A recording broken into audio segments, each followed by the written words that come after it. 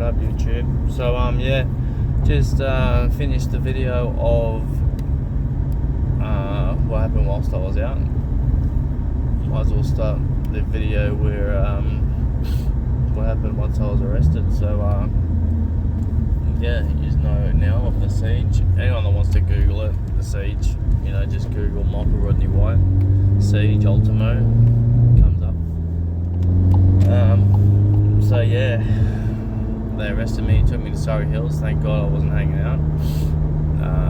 Surry Hills, that was actually my first time going to Surry Hills. I'd always just, because I used to live up at Tweed Head, so well, that's where I was arrested first, up that area. So yeah, I just never made it to Surry Hills. So yeah, it's pretty fucking shit, I gotta tell you.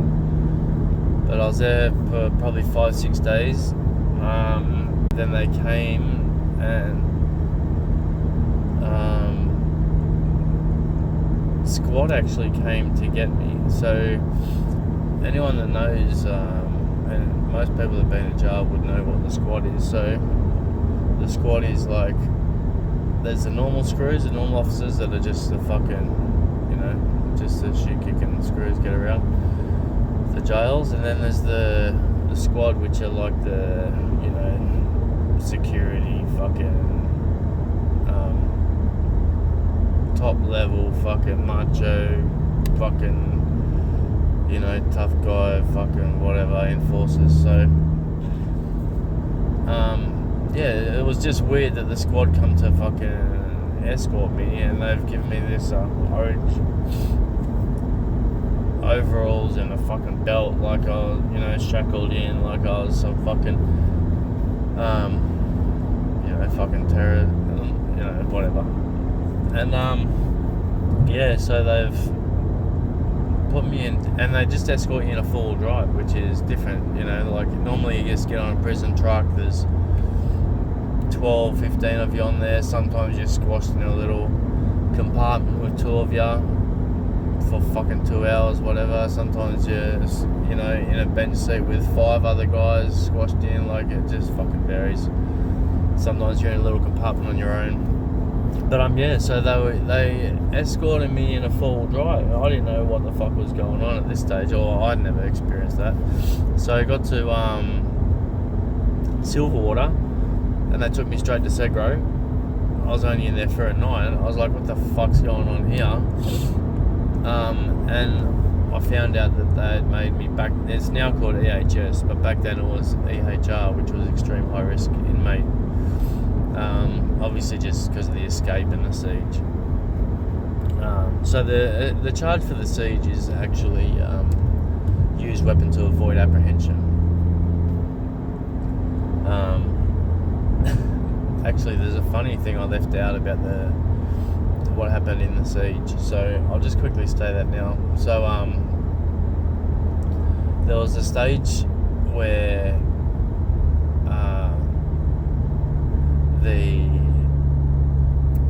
negotiator told me that he had a recording from my ex-partner, and that he would play it for me if I threw one of the guns out the window. Right, so I'm like, yeah, fucking no worries. So I said, play it first and I'll throw one out. He's like, nah, mate. He goes, I'll fucking play it after you throw one out. I said, play the fucking thing and I'll throw one out. He's like, nah. So he played me like 2 seconds of it, right? He goes, no, sorry, he probably played me like 4 or 5 seconds of it. And he stopped it. And he goes, now throw it out. Throw one out and I'll play the rest. I'm like, yeah, alright. That's what you want to play? Alright, I'll throw one out. And I went over and I threw out this fucking, like a little toy plastic gun thing that I'd found in the apartment somewhere. And yeah, I got back on the phone. I threw it out. I got back on the phone. Quick, play the recording. Play the recording. And he's like, hang on, they're just checking it. And I'm running over and fucking getting it. And they got their shields and they run up to it. Fucking funny cunts. And yeah, And then they ran back to him and he's like, it's a plastic gun. I said, yeah, well, you didn't play the fucking tape, so fuck it, so you get... Yeah, anyway, I thought that was a funny story. So I'm at Silverwater in Segro. I was only there for one night. So then the next morning they come, grab me again, same shit, orange overalls, fucking... yeah, there's an officer in front of you, officer behind you, another two at the door. Like, yeah, it's pretty fucking full on, you know. They strip search it, right, all the bullshit.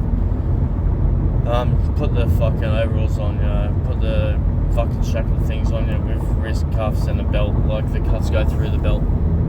So yeah, anyway, they took me to Goulburn. So on the way to Goulburn, you know, just in the 4-wheel drive, and you sort of trip out, you feel like you're some sort of, you know, like, I don't know, you can't help but kind of feel like, you know, you're some sort of, I don't know, like, you know, fucking infamous fucking criminal, you know what I mean? Like, you've got your orange overalls on. Anyway, so I get down to Goulburn, and the last sentence I was in for was obviously minimum security, you know what I mean? Like, I've got to Goulburn, they process me, whatever, walk me straight down to Segro. As they're walking me down to Segro, the screw is a real smart cunt. You can tell he just loves his fucking job, bro. And this is my first time in... no, it wasn't my first time in Goulburn. But, yeah, he's walking me down. He's like... I'm like, where are we going? He's like, oh, you're going to Segro, mate. It's fucking Goulburn. You're not in fucking minimum anymore. I'm like, yeah, here we fucking go. I'm like, righto. Yeah, he got us down there.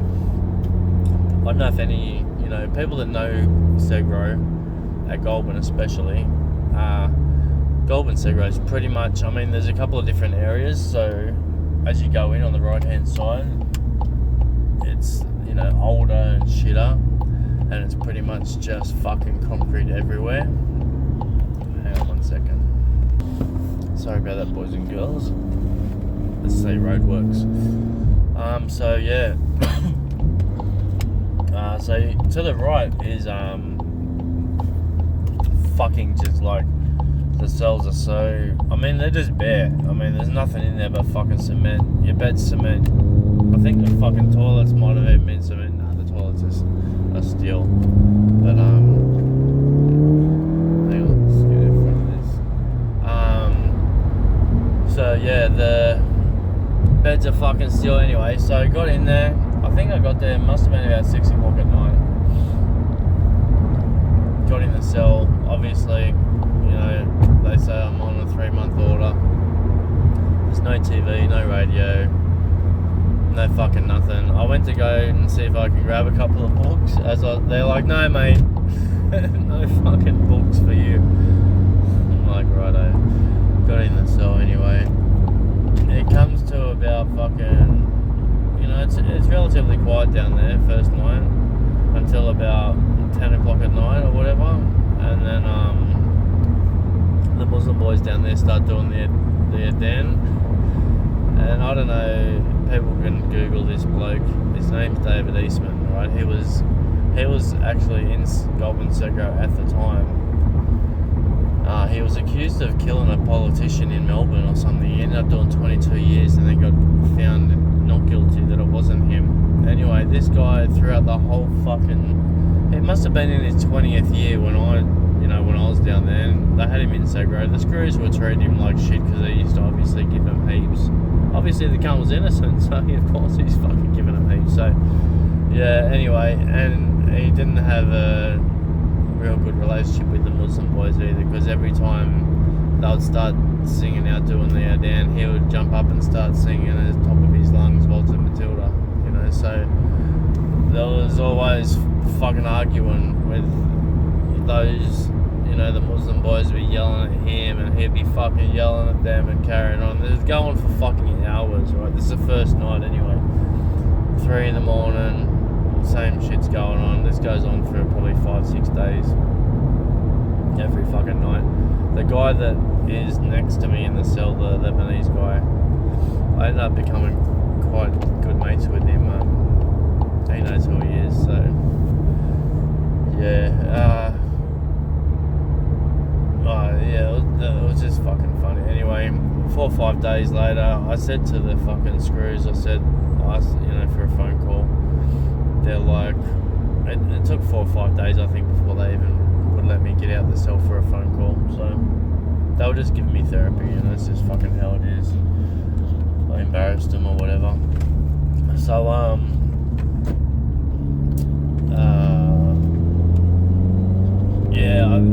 was on the way out to the phone and I said, listen, Chief, is there another fucking cell or something I can go? It's just all this fucking arguing and shit. I've got no fucking TV as it is, can't sleep, whatever. And he goes, nah, mate.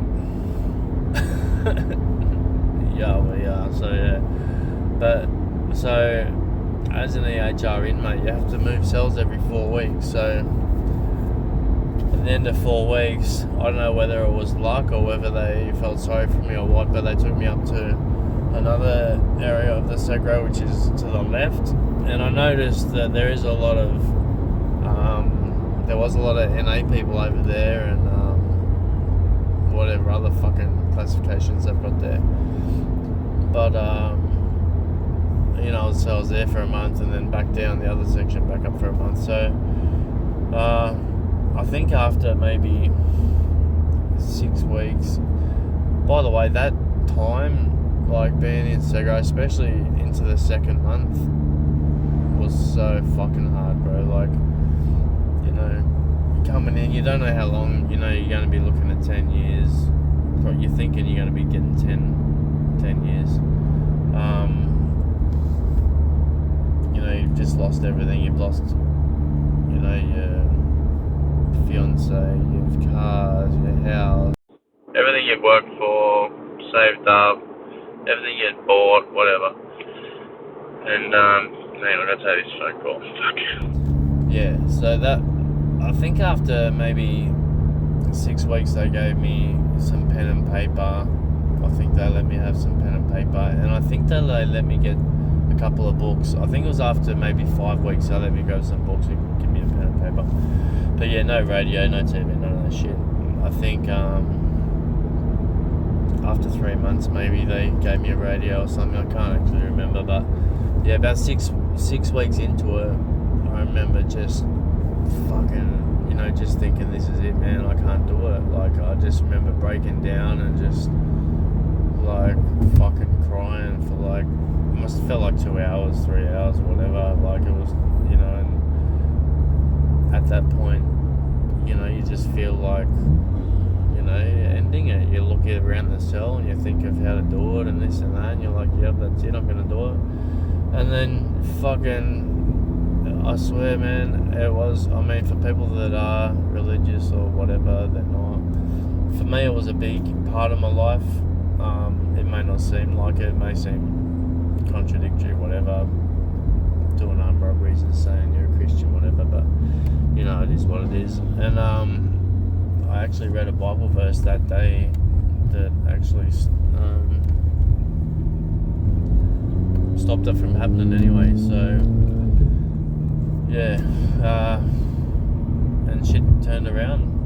Next day, welfare was coming down to see me, and the lady that surrounded all this was actually speaking to her on the phone, and passing some messages and stuff. So that was good, and it kind of gave me some hope, whatever. And anyway, so 3 months in there, I finally got out of there, into the yard. So they went and took us to the Aussie Asian. They took me to the Aussie Asian yard because I knew one of the boys in there, that I'll talk about in another video. He was actually around when I first met this woman, when I was at Silverwater when I first met her. And he was actually the first bloke, Warren Forbes, he was actually the first bloke that I said, well, I think this girl likes me anyway. Of course, he's like, fuck off, bro, whatever. So yeah, this was like 10 years beforehand or whatever, 6 years beforehand. And yeah, went out to the Aussie Asian yard, and after about a year being in there, it's all segregated down there. People that don't know, Goulburn is, there's an Aussie Asian yard, Aussie Islander yard, Levo yard, Koori yard. boys into the Aussie Asian yard because none of them wanted to go into the Islander yard because there was stabbings and, you know, a lot of the older Islander boys would make the boys train. You know, they'd have to come out and train, especially the young ones. And, you know, fucking a lot of the boys didn't want that. They just wanted to do their own thing. And so, you know, they were going there. And actually, so they were happening about a year into being in Goulburn, there was a stabbing in the Islander yard. Two of the so-called Trumps got stabbed in there and got moved out of the jail. I think they took them on to Lithgow. I think, I'm not 100% sure where they took them. But so then they come to the Aussie Asian yard and said, we want 15 of you to go over to the Aussie Islander yard. Does anyone want to put their name up for it? You know, and everyone's like, oh, fuck that, no one wants to go. They're like, just think of you as pioneers, like, we're like, fucking whatever. So anyway, they ended up just fucking telling like 15 of us we had to go. So yeah, went over there and stayed there. I think I was actually in the Aussie Asian yard for maybe 2 years, maybe 2.5 years, I'm not sure, before that happened. But then went over to the Aussie Islander yard for I think 2 or 3 years, 2 years as well. And then after the 5 years at Goulburn, made some good mates at the Islander yard actually, because, you know, the whole time I was in jail, I was getting $15 a week. You know, I didn't get money sent to me that first sentence at all. You know, Stuart would send me some money now and then. He was the only person that would come visit me too. Like, bless him, he would never, if I wanted him to come see me, he would come, you know, like he was the only one that came to see me throughout that whole sentence. Yeah, some good boys in the Islander yard looked after me, especially one good mate. I'd say he's one of my best mates in there. That guy, he knows who he is. So yeah, finally after 5 years, I got the opportunity to get reclassified to Lithgow, and went up there and did the next 4 years up there, which was much better than Goulburn. So yeah, that was like that was, you know, that's what happened once I went in. Laters.